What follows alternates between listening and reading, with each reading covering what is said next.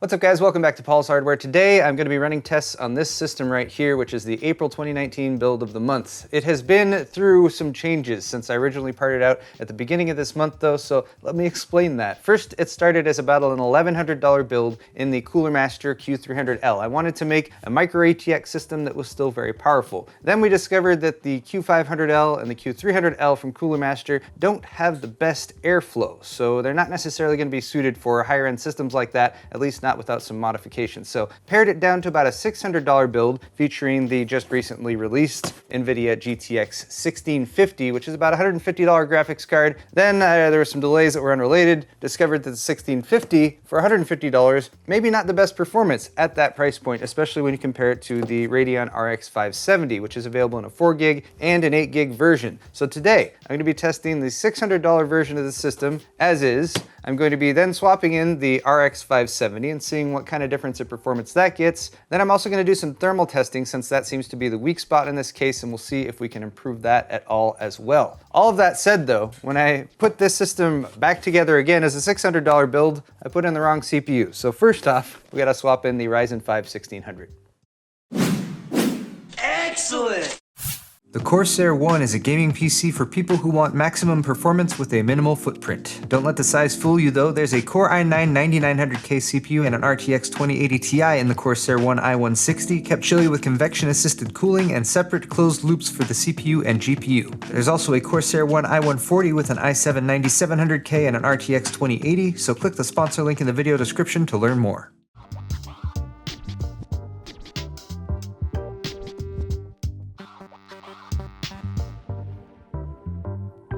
So good news guys, this system has now been reconfigured so that it is pretty much exactly what you guys might put together if you go by the parts list that's down in this video's description. For one, instead of using a fancy NVMe SSD like the Intel 660p that I've been using, I've gone with a standard $50 500 gig SATA SSD, which you guys can get for about 50 bucks. The TR200 is what I have in there, but that's going to be comparable performance to a lot of $50 SATA SSDs. Part of the reason I did that, and I want to point this out, is that my motherboard is actually defective. That's just one of the little snafus that have come up as I've been building and testing this system. So the motherboard I am going to be RMAing, but I don't have time to do that, and honestly it's just the M.2 slots that aren't currently working. I tried a bunch of different things to get them to work, but point is, if you get this motherboard, double check your M.2 slots if you can, just to make sure everything's functional. That's a good idea to do when you get any particular new piece of hardware, especially something like a motherboard that might have lots of different potential points of failure. But upshot is, the configuration is now really close to that $600 build that you guys will put together yourselves, and the cooler that is shipping with the Ryzen 1600, which I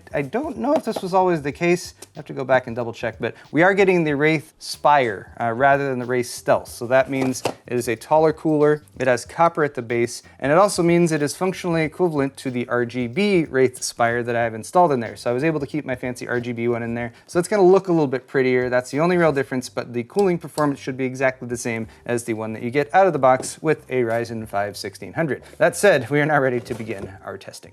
We're fast forwarding in time a few hours. We have run a significant amount of tests on this system in a couple different configurations, and now I'm going to share those test results with you. I ran a couple synthetic tests, ran some gaming tests, and then finally did a thermal test as well. And I think there's maybe more to be said about the thermal test, but let's start off with 3D Mark. First we ran Firestrike Extreme, which is a DirectX 11 test. Extreme runs at 2560 by 1440 by the way, and our GTX 1650 scored 3,830 points overall with a 3,861 point graphics score. CPU score was just shy of 15,000, but compare that to the RX 570, which scored 5,565 overall and 5,847 for the graphics. There's a 2,000 point lead here for the graphics score. Bear in mind, again, this is a synthetic test, so this isn't going to bear out over all games that you might test, but here at least is a big win initially for the RX 570. Next up is 3D Mark Time Spy. This is a DirectX 12 test, and here the GTX 1650 scored 3,568 overall with a 3,347 point graphics score. CPU score is 5,718. The RX 570 again beat it with a score of 4,021 overall and 3,826 for the graphics score. CPU score again here stays the same since we're talking about the same CPU with both tests running at the same speed. Next up is GTA 5, still a very popular game. It's running at 1920 by 1080, DirectX 11, and I'm using my lower end settings for this test since these are entry-level graphics cards. So sliders are down to minimum, MSAA is turned off, and you can see the rest of the settings here, but the GTX 1650 1650 score was 136 FPS on average and a 1% low of 95 FPS. The RX 570 did beat it, but it was by a very slim margin, 138 FPS on average, so only about 1% as the same 95 FPS for the 1% low scores. So this is just an example of how, depending on the game that you're playing, the settings you're using, and the resolution, you might see varying results when it comes to how much faster the RX 570 is than the GTX 1650. But we can say more definitively now that it is faster pretty much across the board, except for a few outliers. If you'd like to see a wider range of benchmarks though, I'll point you guys to Hardware Unboxed, because Steve has done a couple videos now on the 1650 and he tested more games than I did. So check the link in the description below if you want to see that video. Next, let's move into some real world game testing. For this, we used Overwatch and Apex Legends. I played Overwatch, Joe played Apex Legends. For Overwatch, I turned the settings down to high. I usually test at epic, but we are at 100% render scale at 1920 by 1080, and the GTX 1650 was getting about 120 to 130 frames per second on average. Very playable, definitely at these settings and at this resolution, and you could even turn the settings up a little bit so you can see if you're playing at 1920 by 1080 and you're looking for 60 frames per second. If you're looking for a higher frame rate, for example, if you've invested in a high frame rate 1080 display that has a refresh rate of 100 Hertz or maybe 144 Hertz, then you want a frame rate that will match that refresh rate of the monitor, if at all possible. Fortunately, 120 to 130 FPS is pretty decent for a 1650. We did have dips down to about 100 FPS, but again, staying very playable the whole time. However, if you were gonna play on one of those higher refresh rate monitors, I'd recommend the RX 570, because here I was getting 160 to 190 frames per second. It was significantly better. The dips were only down to the 130s and 140s. So if you're playing on a 144 Hertz 1080 monitor, the RX 570 would definitely give you a better experience here. At least you see more frames, which is typically what you want when you're playing on a high refresh rate monitor.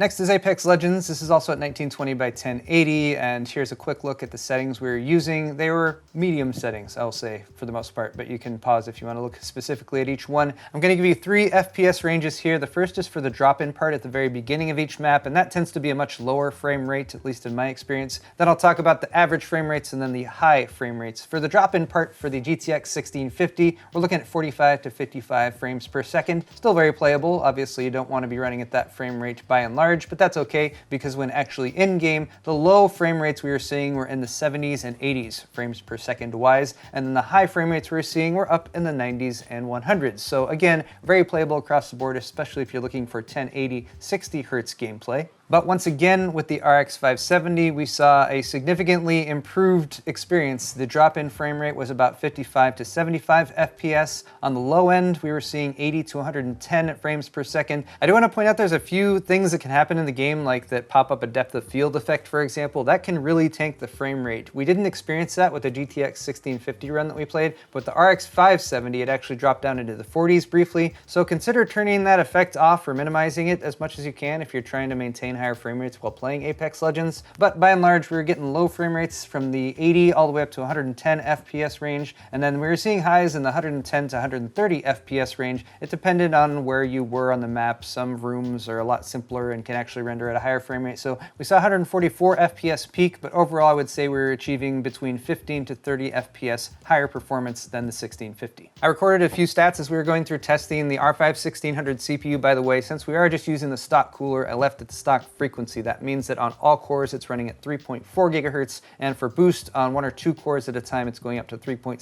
gigahertz. Pretty confident that you could overclock that and jump it up to maybe 3.8 or 3.9 gigahertz across a few cores at least, but perhaps I will leave that for a future video. Since the motherboard unfortunately wasn't working for us quite as well as we had hoped, I didn't dive into the overclocking realm for this particular video. But the GTX 1650 was hitting 67 degrees Celsius max temperature, so that I suppose is a testament to its efficiency, and even in this case, which is pretty bad when it comes to airflow, we weren't getting too hot, and the fan also did not need to ramp up all that loud. So in this quick anecdotal noise test, you will notice that the 1650 is fairly quiet.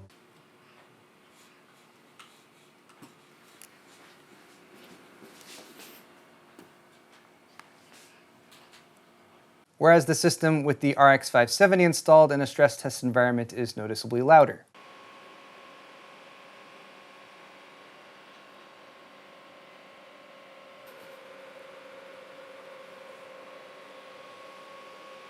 I will also note that while we were game testing this system with the RX 570, the RX 570 actually got hotter than in the stress test. And the stress test, I was using 3D Mark on loop, and that will actually start a test and then turn it off and then start it again. So under the sustained load of gaming, the RX 570 actually got up to 78 degrees Celsius, 2 degrees warmer than the 76 degrees that it got up to during the stress test. I'm getting a little ahead of myself though. 67C again was the max temp for the GTX 1650. It was running at 1920 megahertz max GPU boost clock, but I found that under load, it was averaging about 1800 megahertz. It would fluctuate between about 1755 to 1830, depending on what was going on screen. RX 570, again, hit 78 degrees Celsius max temp, and at that temperature, the fans were very loud and it was noticeable. If you were gaming right next to this, it's not going to be the most positive experience. You'd probably want some closed headphones, or it's just something that you would have to learn to deal with. We're going to try to get around that in just a second, but in case you're wondering, the frequency that the RX 570 is running at is 1280 megahertz. Finally, for power draw, this was taken during the Firestrike Extreme combined test. The GTX 1650 system, 130 watts. The RX 570 system, 243 watts. That's a lot more. That's a little over 100 watts more sustained power draw. So Steve, if you're watching this video, you claim 70 watts. Maybe it depends on the card you're talking about. I was testing the entire system's power draw from the wall, so that also might be a factor. But just, again, something to consider. You are going to draw more power with the RX 570. It's still not nearly the amount of power that you would draw with like a $300 or a $500 graphics card. And as Steve also pointed out in one of his follow-up videos, the amount of extra money that you're gonna pay for the extra power draw when you're comparing this card to this one is probably gonna be like $5 to $20 a year. So that may or may not be a significant dollar amount for you. So those, I think, are hopefully some good numbers for you guys, and again, pretty decisive in my opinion when it comes to what you should choose if you're building a $600-ish system when it comes to the graphics card. You're probably going to be spending around $150 if you're looking at that price point for your entire build, and at 150 bucks, you should be getting an RX 570, ideally an 8 gig RX 570, because I've seen those on sale for $140 or $150, actually cheaper than the 4 gig 1650. And if you can claw your way up, you know, you can get an RX 580, but anyway, I don't want to get into that game. Point being, there's one last problem we got to deal with here. The 1650 in this system with a stress test, IDA 64, CPU and memory, as well as the 3D Mark Firestrike on loop, got up to 67 degrees Celsius on the GPU, 67.5 degrees Celsius on the CPU. That's actually not too bad, especially given the thermal performance of this case as expected. However, we're dealing with a very low power draw card, so when we dropped in the RX 570, things got significantly warmer. The CPU temperature ramped up to 73.4 degrees, and the GPU temperature got up to 76 degrees, and I'm confident that if I let the test run longer, we were only running it for about 10 minutes, it would have kept getting warmer beyond that. The reason, as Gamers Nexus and a few other people who have reviewed this case have pointed out, is that while you have this nice mesh cover in the fronts, which you can remove to clean dust off of it, and does have a fair amount of perforations to let air through, behind it you have a metal panel with a bunch of holes drilled in it, and there's more metal panel than there is holes drilled in it. So I'm going to do a very simple mod on this case. I'm going to use my Dremel. If you guys buy this case, you're welcome to attempt this mod as well, but bear in mind, once you take your Dremel to a case like this, you're not going to be able to return it or anything. So do so at your own risk, but we'll be back in just a second with the updated version of the Q300L. We'll see if it improves our thermal performance at all.